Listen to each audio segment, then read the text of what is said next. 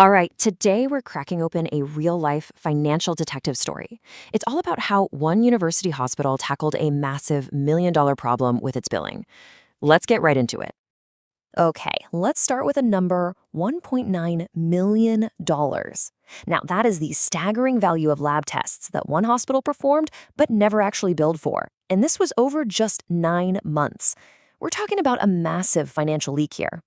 So the big question is, how on earth does a hospital just lose that much money? I mean, this isn't just a simple slip up, right? This is a systemic failure. And that's what we're going to do. We're going to follow the clues and solve this $1 million mystery. So let's set the scene. The case takes place at a big university hospital between June 2009 and February 2010. This is when they realized something was very, very wrong. They were providing services worth millions, but the money was just vanishing before it ever even made it onto a bill.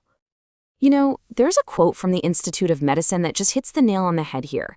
The opposite of efficiency is waste. And that's exactly what was going on. This wasn't just about lost cash. It was about incredible systemic waste. All these resources were being used, but the value was just getting thrown away. So what was the actual problem? Well, it boils down to something pretty simple. The lab, they were doing their job, running all these tests. But the bills, they just weren't being sent out. And the reason was that the information coming in was either incomplete or just flat out wrong. The result? A whole lot of lost revenue and a ton of waste. Okay, so to solve this mystery, the hospital didn't call in the cops. Instead, they brought in a special team. You could call them process detectives. Their one and only mission, find the root cause of this massive financial leak and, plug it for good. And these detectives, they didn't just come in guessing.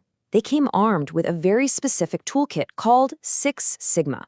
Now, if you haven't heard of it, it's basically a data-driven strategy for improving processes. It's all about identifying and getting rid of the causes of errors, or as they call them, defects. And Six Sigma has this really clear 5-step investigation process called DMAIC. It stands for Define, Measure, Analyze, Improve, and Control. Think of it as their roadmap. This is the exact framework the team used to tackle the mystery one step at a time. All right, so the investigation officially kicked off. And just like in any good detective story, the first thing they did was follow the money.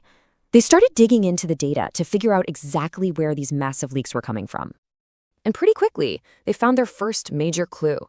When they looked at where all these unbilled tests were coming from, one slice of the pie was way bigger than the others. A whopping 27% came from these off-site outreach clinics. Suddenly, the team knew exactly where they needed to focus.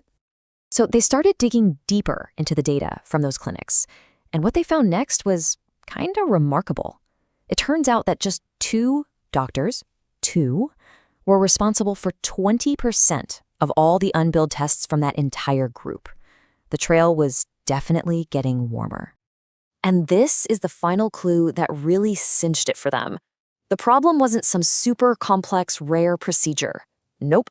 The tests that were most frequently unbilled were incredibly common, everyday things, like vitamin B12 tests, renal function panels, and lipid profiles, the kind of stuff they do all the time. So when you put all these clues together, the team finally had their answer.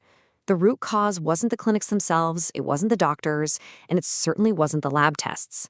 The real culprit, the source of this whole $1 million mess, was the paperwork. The actual forms used to order the tests. And what was the biggest problem with the paperwork? Well, the primary defect was missing medical necessity documentation. See, for an insurance company to pay for a test, they need a valid diagnosis code that says, hey, this test is necessary. And an incredible 67%, 2/3 of the unbilled tests were failing simply because that information was either missing or wrong. And this was the big aha moment. Just look at the difference here. The before form was this confusing, super long list of every single test. Doctors basically had to pick and choose and remember all the right billing codes from memory. But the after form? So much smarter. It's streamlined, with pre-grouped test panels based on common diagnoses. It literally guides doctors to make the right choice. And what's really amazing is that the solution wasn't some crazy expensive high-tech system. It was a really elegant 3-part fix. First, they revised the forms. Second, they educated the physicians and clinic managers on the new process.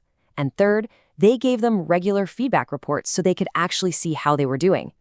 So the big question is, did it actually work?